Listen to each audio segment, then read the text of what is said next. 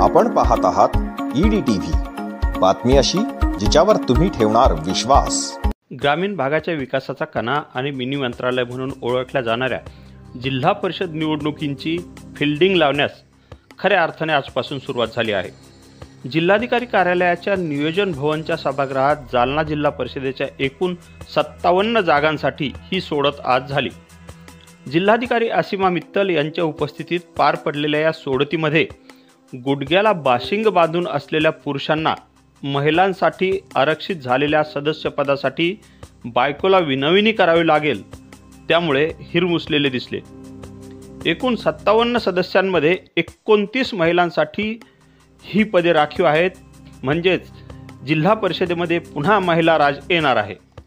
त्या राखीव स्त्रियांमध्ये अनुसूचित जाती 4, अनुसूचित जमाती 1, OBC म्हणजेच नागरिकांचा मागास प्रवर्ग 8 आणि सर्वसाधारण महिलांसाठी 16 पदे आहेत। जिल्हा परिषदेची एकूण लोकसंख्या 15,09,643 एवढी आहे। आता पाहूयात कोणते गट कोणासाठी सुटले आहेत ते। अनुसूचित जातीकरता राजूर, वाघरोळ जहांगीर, बावणे पांगरी, जवखडा ठेंग, शिपोरा अंभोरा, सेवली, रेवगाव, शेलगाव असे 8 गट आरक्षित आहेत। या 8 गटांपैकी राजूर, जवखेडा ठेंग, शिपोरा बाजार आणि रेवगाव हे 4 गट महिलांसाठी आरक्षित आहेत। नागरिकांच्या मागास प्रवर्गासाठी एकूण 15 गट आरक्षित आहेत। त्यामध्ये हसनाबाद, पारद बुद्रुक, वालसा वडाळा, वालसांगी, वरोड बुद्रुक, पाटोदा माव, टेंभुर्णी, माहोरा, जामखेड, अकोलादेव, आव्हाना, केंदळी, गेवराई बाजार, रोहिलागड आणि देवमूर्ती याचा समावेश आहे। त्यापैकी वाघरोळ जहांगीर, सेवली, रेवगाव, सेलगाव, बावणे पांगरी, जवखेडा ठेंग, शिपोरा अंभोरा आणि राजूर हे 8 गट महिलांसाठी राखीव ठरले आहेत।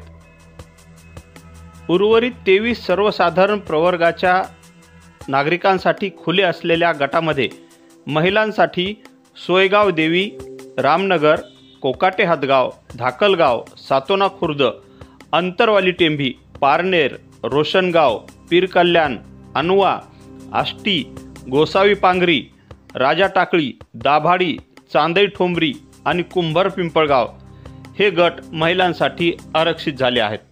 ही सोडत पाहण्यासाठी सभागृह खचाखच भरलेले होते। विशेष करून ग्रामीण भागातील नागरिकांची यावेळी मोठी उपस्थिती होती। दरम्यान पूर्णपणे पारदर्शक झालेल्या या सोडतीमध्ये अनेकांनी आपापल्या तक्रारीचे निराकरणही केले। यावेळी अपर जिल्हाधिकारी रीता मेत्रेवार आणि उपजिल्हाधिकारी श्रीमती चाटे यांचीही उपस्थिती होती। आरक्षण सोडती संदर्भात आक्षेप आणि सूचना नोंदविण्याची मुभा किंवा मुदत प्रशासनाने दिनांक 17 पर्यंत नागरिकांना दिली आहे। Dilip Pohnerkar, EDTV news, Jalna.